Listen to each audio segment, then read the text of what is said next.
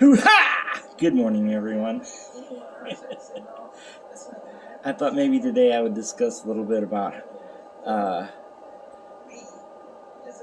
the instances of when I taught high school to kids my age and how it was that I had become a teacher. I thought, well, people might find that story a little bit amusing and interesting.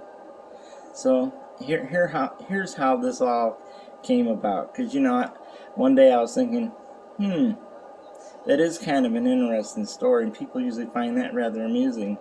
And or you ever look at someone and say, hey, by the way, what class was it that you taught back when you was in high school? And they're like, and then you keep on continuing on with the story and everything. And then later on you say, I still don't know what class it was that you taught back when you was in high school. Anyway, so I shall continue.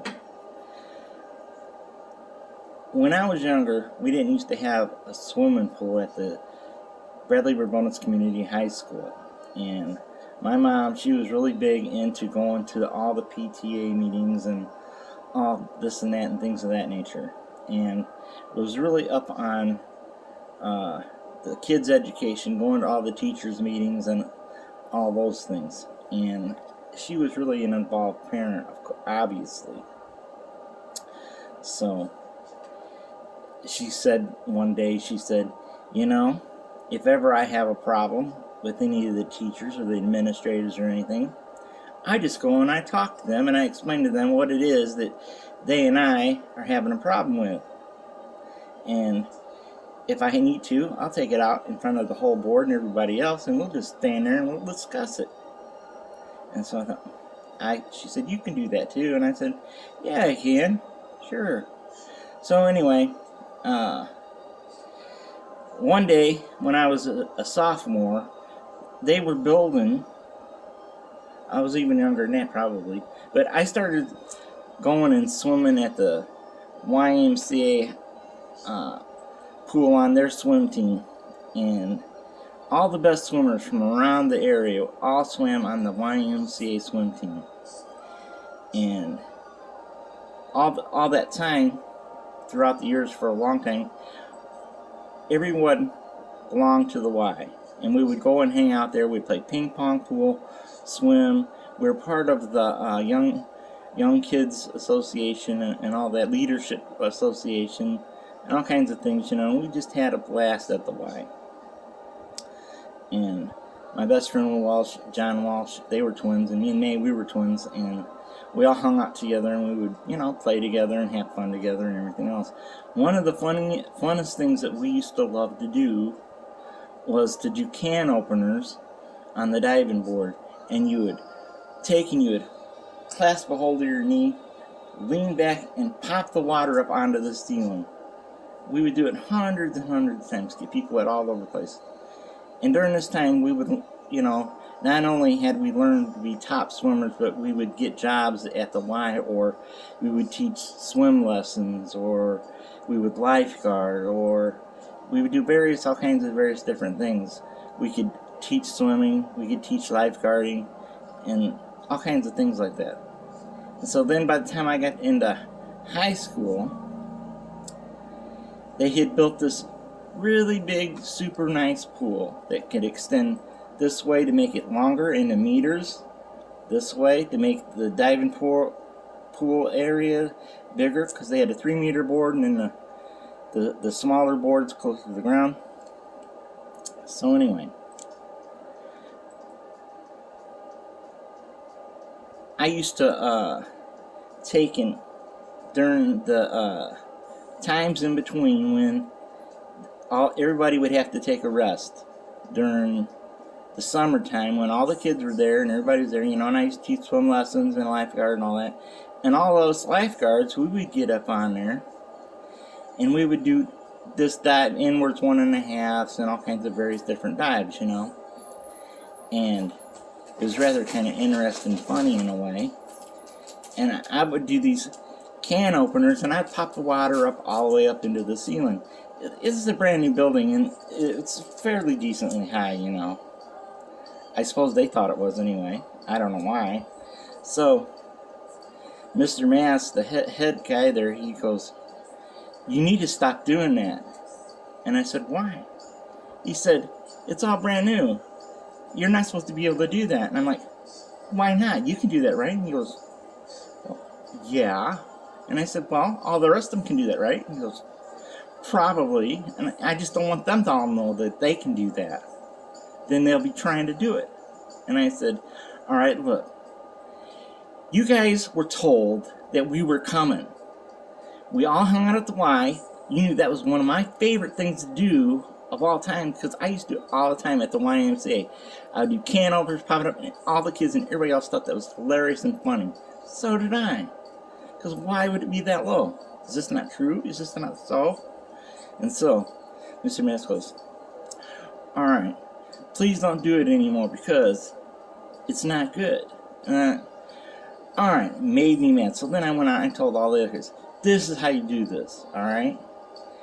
As you're going down off the 3-meter board, you look down, and as you get right to the very bottom, you take and you grab hold of your knee and you lean way back, and each and every time, it'll pop all the way to the ceiling, each and every time." I said, "You can lean over this way or that way, and you can point the water in either direction, and it'll hit the ceiling, and it'll go all over everybody on the outside of the pool.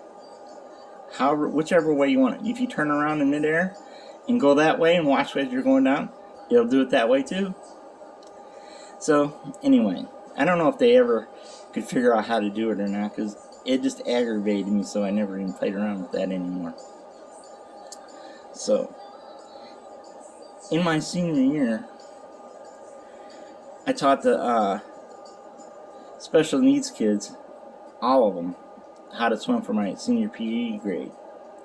That was what I taught back when I was in high school for my senior grade for PE. Because basically, I could do all the runs. I could do all the pull-ups. I could do all the sit-ups. Whatever they wanted done, I could do it. Lift the weights, I could do it. And so, one day Mr. Mass, he was also teaching, and he said, "Grab a hold of the board, and you guys can stop practice for now, and pull yourself up."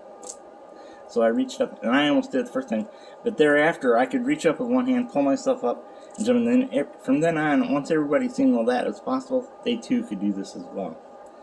That's another story, though. Mr. Mass, he was really kind of a cool fellow. He was a ex-Navy SEAL, and he could do karate and all these other various fun things, But I too was kind of somewhat a character, especially in school, because I was also a teacher. And I had to do grades, and I also was graded. And I had to teach all these people who all these other students used to attack and be mean to. For whatever reason, because that made them feel like they were higher up and better than them. Or they needed to feel like they could attack someone for whatever reason to make them feel good that day. And so I used to go around and say, "What's going on? What are you doing? What class is it that you're teaching? I want to know." Bastards won't ever tell me what class it is they're teaching. You guys suck. And I would walk away. And Denny Bossinger was also my boss, because I taught swim lessons there, and I lifeguarded, and I would get paid for that as well. So I was paid and swam for the high school swim team. Oh, I was also captain of the swim team. However that happened, I have no idea. At any rate, and so I was teaching swim lessons and all that, and all of them learned how to swim. And I know you guys might think, well, a normal person is scared of the water, so scared that they're afraid they're going to drown and they're going to die. How do you teach somebody that not only is that afraid, but who also has special needs, but yet they want to learn how to swim and be like all the other kids? They see how much fun everybody's having. They're swimming and diving in the pool and running around and just having a blast in the water.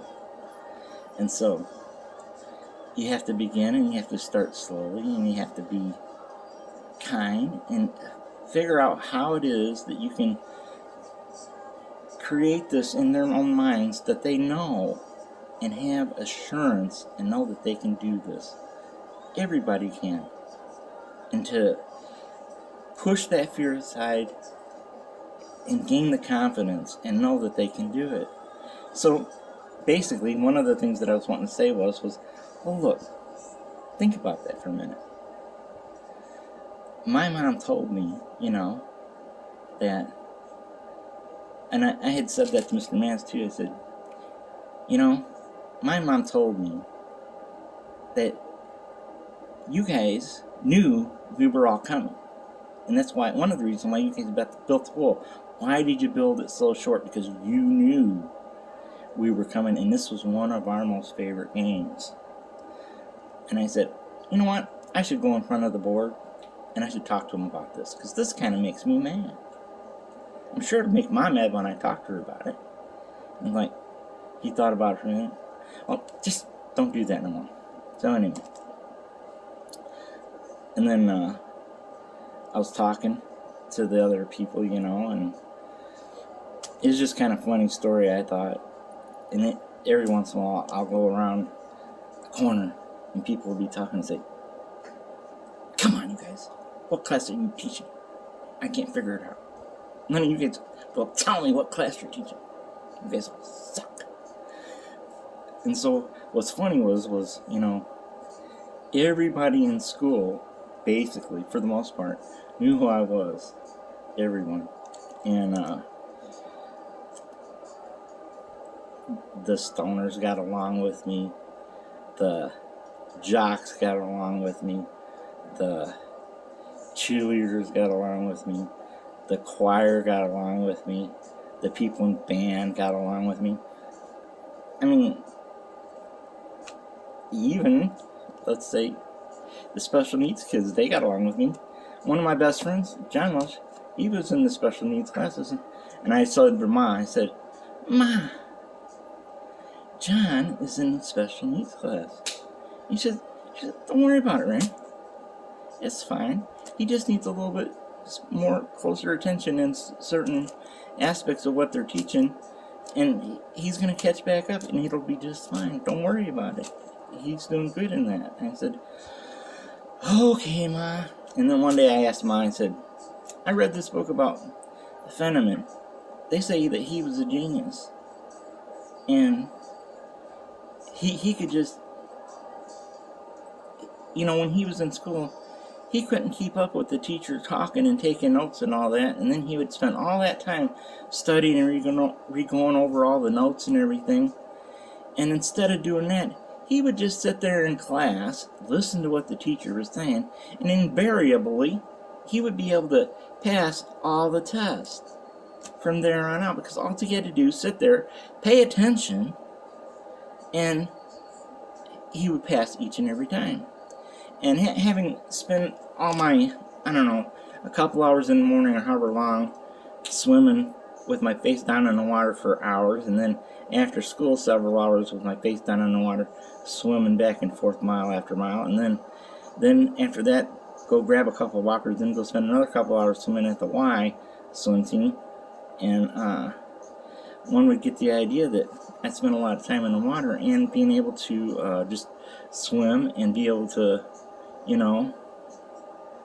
think and to meditate and think. So at any rate, I read this and I said, Mom, can I try that? And she said, sure, why not? I never used to take notes. I just listened to what the teacher was saying. And I said, really? She said, yeah, that's what everybody should be able to do. I said, really? Yeah. So I stopped taking notes. I'd just sit there in class and I'd listen. I'd take the test, and invariably, I would pass all the tests from there on out. I didn't have to take the notes. I already had all the knowledge already there in my head, because I listened to what the teacher was saying, and then I knew. All I had to do is remember everything they said, and that would be on the test, because the teacher was trying to tell me something. What they were talking about was important, and they wanted it to be on the test. And to sit there and to take notes was a waste of my time. That left me all kinds of other time to read other things I wanted to read, other things I wanted to do, and time for me to play because I like to play. Yeah, I do. Anyway, you all have a great day. I'll think of another funny story to tell you here in a while. Have a good day.